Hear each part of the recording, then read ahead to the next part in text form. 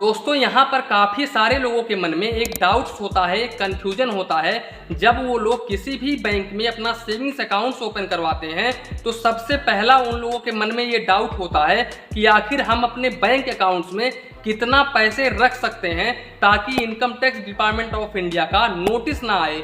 इसके अलावा हम एक साल में यानी कि 1 ईयर में कितना कैश ट्रांजेक्शन्स कर सकते हैं, इसके अलावा हम सिंगल टाइम में कितना कैश डिपॉजिट कर सकते हैं। ये सभी थॉट्स आप लोगों के मन में चल रहे होते हैं जब आप अपना बैंक अकाउंट्स ओपन करवा लेते हैं या फिर बैंक अकाउंट्स ओपन करवाने के लिए जाते हैं किसी बैंक में। तो दोस्तों आप लोगों को बिल्कुल भी परेशान होने की ज़रूरत नहीं है। इस वीडियो में पूरी तरह से एनालाइज करेंगे इन सभी पॉइंट्स को कि आखिर आप कितने पैसे रख सकते हैं अपने बैंक अकाउंट्स में और सिंगल टाइम में कितना कैश डिपॉजिट कर सकते हैं और आप टोटल कैश डिपॉजिट कितना कर सकते हैं पूरे 1 ईयर में। तो चलिए इसी के साथ में वीडियो शुरू करते हैं।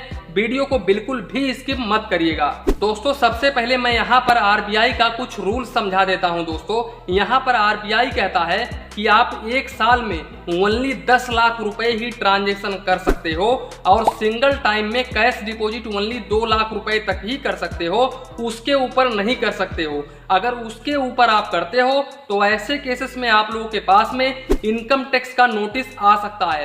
दोस्तों यहाँ पर एक चीज और मैं क्लियर कर देना चाहता हूँ कि यहाँ पर income tax department of India के पास में ये पावर होता है कि वो 8 साल के अंदर अंदर आप लोगों के पास में जब कभी भी चाहे तो वो आप लोगों के पास में नोटिस भेज सकता है। दोस्तों अब यहाँ पर काफ़ी सारे लोगों के मन में एक डाउट्स होगा कि हमारे अकाउंट्स में 10 लाख 20 लाख 30 लाख पड़े हुए हैं तो क्या इस पर भी इनकम टैक्स आ सकता है।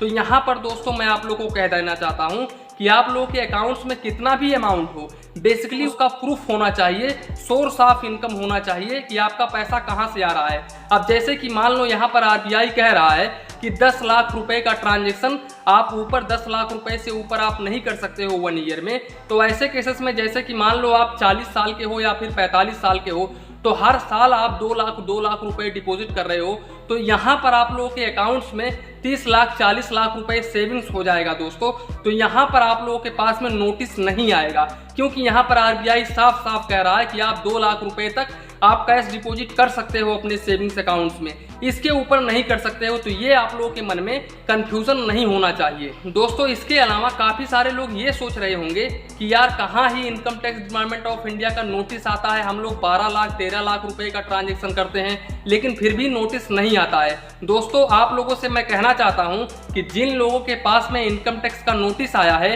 एक बार उनसे पूछिए कि उनकी क्या हालत है।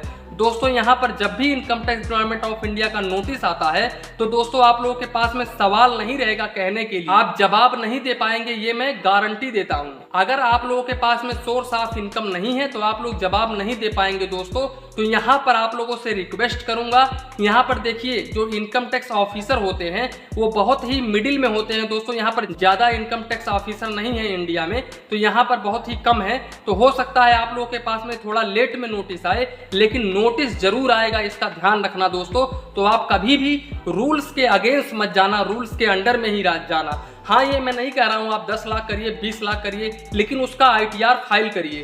तो दोस्तों इसी के साथ में वीडियो समाप्त करते हैं। वीडियो पसंद आया हो तो प्लीज़ वीडियो को एक लाइक करिए और अपने चैनल दीपक बैंकिंग को सब्सक्राइब करिए। मन में कुछ डाउट हो, कंफ्यूजन हो तो प्लीज़ कमेंट करिए। धन्यवाद, मिलते हैं नेक्स्ट वीडियो में।